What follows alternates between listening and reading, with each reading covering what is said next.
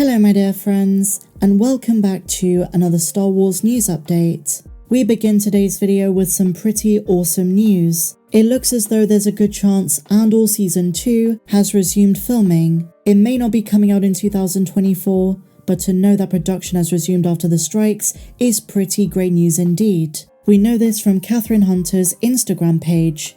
She plays Cyril Karn's mother Eedy, and in a new post tagging the official Andor page, Disney Plus UK, and Star Wars, she shared some pictures of her character's new outfit, which differs a tad compared to Season 1, but she looks awesome, and a bunch of Star Wars fans in the comments were sharing their excitement for her upcoming appearance in Season 2, considering she was such a domineering character in the first. Others expressed joy at the return of the best dysfunctional mother-son duo. Now it's worth pointing out these photos could have been from an earlier shoot, however, the new outfits she is sporting in these photos didn't feature in the Andor Season 2 trailer at Celebration, and considering the actress is randomly posting these after the strikes, could be a good sign. Production has now resumed, and they're from a new shoot. Fingers crossed. There is also the possibility they're not doing on-location shooting at the moment, but rather some touch-ups in the volume, which they also did for Season 1. Son of Ollenberg did admit there was some use of stagecraft, and the on-location shoot is going to happen sometime in the spring, so that is also something to keep in mind. Exciting stuff, and during this time period where it's rather quiet for Star Wars news, any breadcrumbs keep the excitement going. In either case, it's pretty cool to get a glimpse at the kind of costumes she's going to be sporting in Season 2, and maybe we're finally going to meet Uncle Harlow. The costume and makeup departments for Andor have been fantastic, can't wait to see more. And so now guys, moving on to The Mandalorian Season 4. Star Wars have confirmed a big Bo-Katan change ahead of The Mandalorian's 4th season, and they've done this in a pretty unconventional way, through the mobile game Star Wars Galaxy of Heroes. Season 3 is where Bo was really in the spotlight, but she still has a promising future ahead in The Mandalorian Season 4, and probably in Dave's film. The ending of Season 3 saw Bo-Katan take her place as the ruler of the Mandalorian people, with the armor quite literally passing her the torch to officially bring a new age to Mandalore and all factions together again, this time without the Darksaber. But the ceremony at the Great Forge was the last time Mandalore was seen in Season 3, leaving the exact future plans for the planet and its governing body somewhat unknown. But now Star Wars Galaxy of Heroes mobile game creator EA, through Lucasfilm, has shared their kit reveal for the newest version of Bo, and ahead of Season 4. No longer is she just Lady Kryze, but instead, Mandalore Kryze. She was ruler of Mandalore once before, but now heralds a new and dangerous age. Her new reign begins as Mandalore Bo-Katan Kryze. I don't expect to see her too much in Season 4, but you've got to imagine they're going to include her at least once or twice. Okay, so now my dear friends, we just passed the 4-year anniversary of the release of The Rise of Skywalker, and across social media, I've seen a lot of rekindled discussion about this film. A lot of those conversations we had back in 2019 and early 2020 have returned, and one of the biggest questions to this day that remains pertinent: was this a satisfying ending to the Skywalker saga? And my response was pretty straightforward. For me, despite the fact that I can point out many things I loved about the film, I would not use the word satisfying in terms of its creative choices to wrap up the 9 films. That is my point of view. I think for Chris Terrio and J.J. Abrams, they were trying to encompass Luke and Anakin's legacy through their namesake, and therefore Rey taking the name at the end. But for me, and again this is just my opinion, Episode 9 does not do that justice. So what did some other fans think? On the one hand, as you'd expect, you have fans who really hated the film, and for some of those it was the worst Star Wars movie ever made, fair enough. On the other hand, those who liked some aspects of the film but not others brought up some really good points, saying that the idea of satisfying everyone is both impossible and unattainable.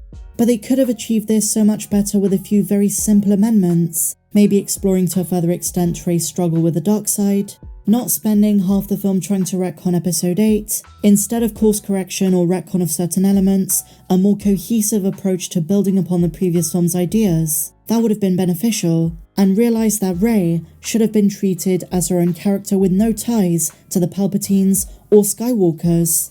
But considering how polarizing Episode 8 was, Episode 9 had the steepest hill to climb. When I first sat down to watch episode 9 in the cinema, it was very clear to me J.J. Abrams wanted a film that was very fast-paced, but he tried to make it more reminiscent of The Force Awakens and interject all of the fan service, the Force Ghost voices, of course Palpatine being the biggest addition, and it's very clear for so many fans why episode 9 just didn't work. But satisfying is not really the term I would use, and just to draw upon one specific but kind of anecdotal example of this, Rey taking the strength and the power of every generation of Jedi before her kind of misses the point of what Rian Johnson set up in The Last Jedi, when he was trying to demonstrate that Rey didn't need to have a special heritage, she didn't need to come from a famous legacy line. She was just Rey, and that was enough. She was obsessed with finding out who her parents were, and episode 8, in the cave scene on Ahch-To, tried to show our protagonist it didn't matter who her parents were. She didn't need to be a Skywalker or a Palpatine. Everything she was looking for was within her. Her destiny was in her own hands, and that's a great message. And then there was the whole mess between films of who was Rey going to be in episode 9. Daisy really spoken about this. There was at one point an idea of her being a Kenobi, but they settled with Palpatine, and while you can still find parts of episode 9 about self-determination, it heavily relies on legacy, whether it's Palpatine or the Skywalkers. So you can see why for fans who liked and hated episode 8, episode 9 didn't provide much in terms of wrapping up the whole saga, let alone the trilogy, in a nice, neat, consistent way. And there is an argument to be made you can never do that, but I've said it before, when it comes to something like Duel of the Fates, to me that was a much better script, acknowledging the prequel trilogy, seeing Coruscant again on the big screen, mentions of Jedi from those films, and tying them into the current plot.